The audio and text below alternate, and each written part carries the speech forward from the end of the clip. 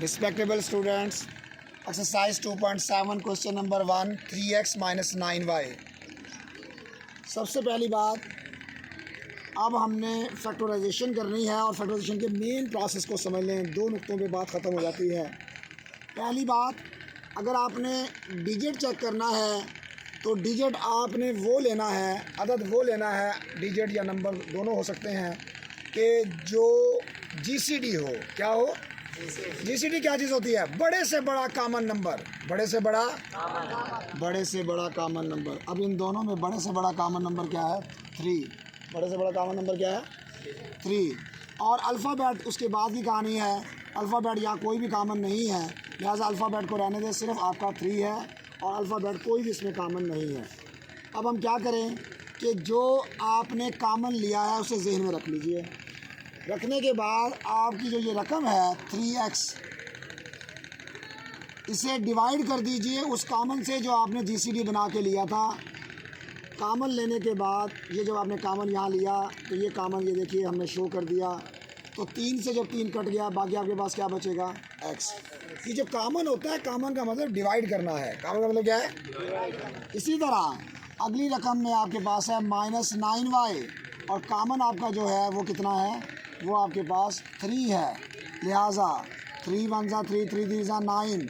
अब आपके पास जो बचा है वो नोट कर लें। माइनस भी बच गया, 3 भी और y भी। माइनस ये वैसे की वैसे और 3 और y आपके पास बच गया। यही आपका आंसर है।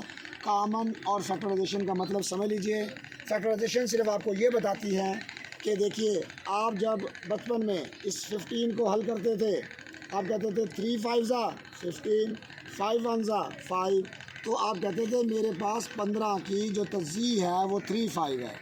जब आप इस अमल को करते थे, ये फैक्टराइजेशन है, ये बताती है कौन से दो अदाद थे जिनसे ये 15 बना है। कौन से दो अदाद थे जिनसे ये 15। और इसका उलट अमल देखा जाए तो क्या है? वो उल्टा अमल ये बनेगा इसका, 3 × 5 = 15। पता लगा? फैक्टराइजेशन जो है वो मल्टीप्लिकेशन की उलट अमल है। फैक्टराइजेशन मल्टीप्लिकेशन का उलट अमल है। ठीक है जी। फैक्टराइजेशन में ये मालूम किया जाता है कि वो कौन से अदाद है जिनसे वो चीज़ बनी है, और ज़रब के अंदर हम उन छोटे छोटे अदाद को आपस में ज़रब करके वो अदद बनाते हैं।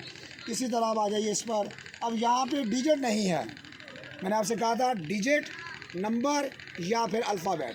अब यहाँ डिजिट नहीं है तो कोई बात नहीं, लेकिन डिजिट की बजाय हमारे पास अल्फ़ाबेट मौजूद है जो दोनों रकमों में मौजूद है, x।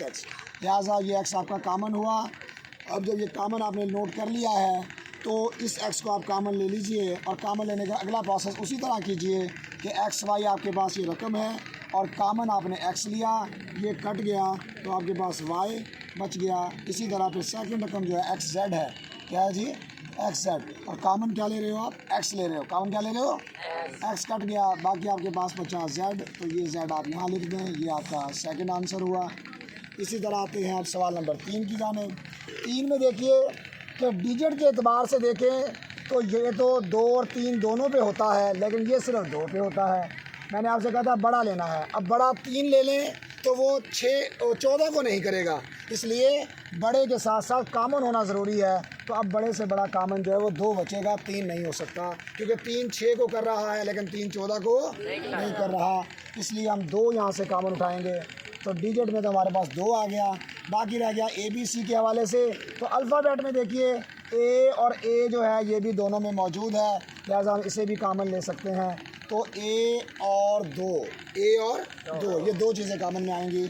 और कैंसलेशन में उसी तरह कैंसलेशन कीजिए कि आपके पास 6AB पहली रकम और 2A से आप कैंसिल कर रहे हैं। 2 1 ज़ा 2, 2 3 ज़ा 6, A से A कैंसिल हुआ, बाकी रकम बची 3B माइनस। इसी तरह फिर 14AC की बात करें, 14AC को आप 2A से डिवाइड करें। 2 1 ज़ा 2, 2 7 ज़ा 14, A से कैंसिल हो गया, तो 7C यही हमारा आंसर है। तो कॉमन लेने का मतलब आप उसे डिवाइड कर दें, बटा कर दें, तो फौरी तौर पे बाकी जो रकम हो वो ब्रैकेट के अंदर। अब आ जाइए लास्ट पे, क्वेश्चन नंबर 4। क्वेश्चन नंबर 4 में डिजिट के एतबार से देखिए 3 1 ज़ा 3, 3 2 ज़ा 6, 3 1 ज़ा 3, 3 2 ज़ा। लो जी, 3 तो पक्का हो गया जी, क्योंकि 3 इसको भी कर रहा है और 6 को भी कर रहा है। और उसके बाद m की पावर 3, m की पावर 2, हमने कौन सी पावर लेनी है? छोटी। हमने कौन सी लेनी है? क्योंकि छोटी बड़ी में है। 100 में से 2 50 के नोट बन सकते हैं, लेकिन एक 50 में 100 के 2 नोट नहीं बन सकते। तो 3m की 2 हो गया, और m जो है इधर भी है, n इधर भी है, तो ये n कॉमन ले लीजिए। अब 3 से 3 कैंसिल, m 3 में से 2 कट जाएंगे, एक m बच गया, n से n कैंसिल, लेकिन p बच गया। माइनस 6 को 3 पे करें, 2 बच गया, 6 को 3 से तकसीम करेंगे 2, और m 2 से m 2 कट गया, n से n कट गया। तो इसका मतलब है यही हमारा आंसर हुआ, हमारा मुकम्मल हुआ है।